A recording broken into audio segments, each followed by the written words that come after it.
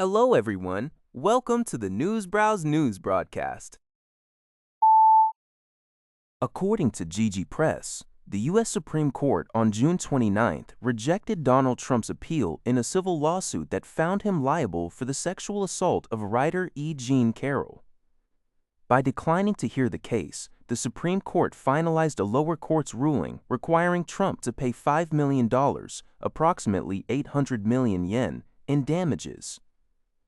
The court did not disclose the reason for its decision.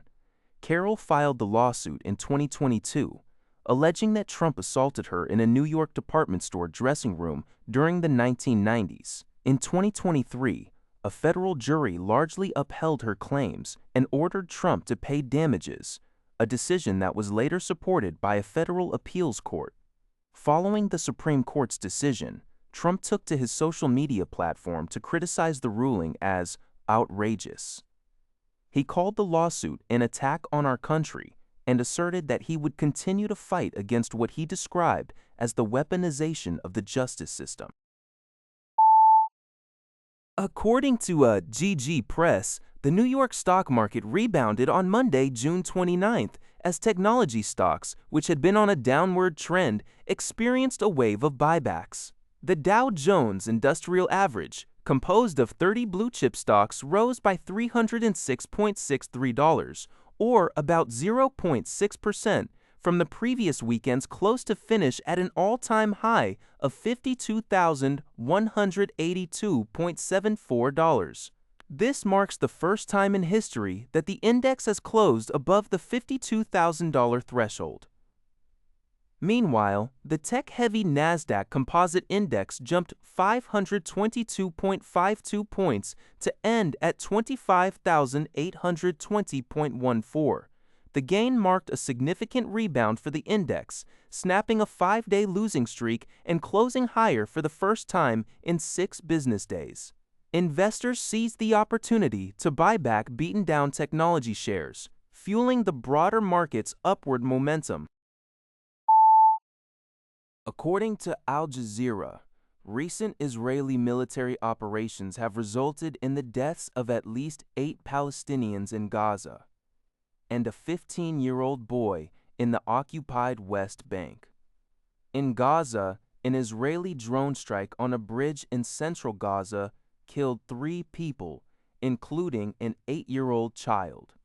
Further attacks in Khan Yunis resulted in the deaths of a woman, her 1-year-old daughter, a 31-year-old man, and 2 others in separate strikes. Meanwhile, in the West Bank town of El Beira, 15-year-old Ahmad Jawad Jabir was killed during an Israeli raid. Local officials condemned the killing as an execution in broad daylight. The Israeli rights group B'Tselem reported that 241 Palestinian children and teenagers have been killed in the West Bank since October 7, 2023, calling the situation an unprecedented crisis. Since that date, the death toll has reached over 73,000 in Gaza and 1,085 in the West Bank, according to local health ministry data. Andy Burnham, the leading candidate to succeed Keir Starmer as the next Prime Minister of the United Kingdom, has unveiled a significant policy agenda focused on regional devolution and fiscal discipline. In a speech delivered in Manchester, the former mayor outlined a 10-year plan aimed at decentralizing power to stimulate growth across the country, while simultaneously committing to the government's existing borrowing limits to stabilize market expectations. According to Al Jazeera, Burnham, who recently regained a seat in Parliament, intends to tackle the nation's welfare spending as part of his strategy. Despite his status as the current frontrunner for the Labour Party leadership, Burnham faced immediate backlash from political commentators and opposition leader Kemi Badenoch.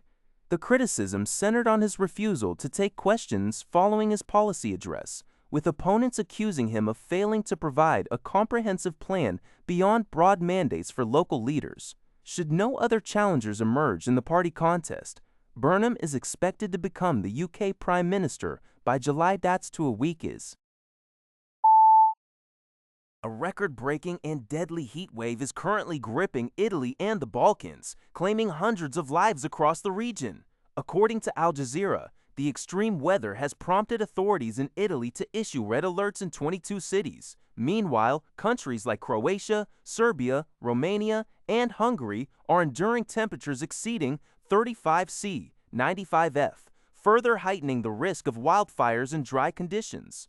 Firefighters have already been deployed to combat blazes in areas such as Croatia's Adriatic island of Vis and rural parts of Albania.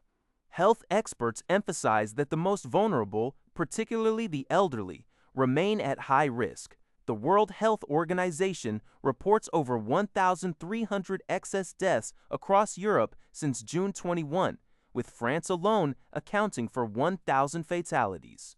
Scientists have attributed the severity of this heat wave to human-caused climate change, noting that extreme nighttime temperatures are now 100 times more likely. With temperatures forecast to stay 8 to 10 degrees Celsius above average, officials warn that the crisis is far from over. That's all for this video. Thank you for watching. See you in the next video.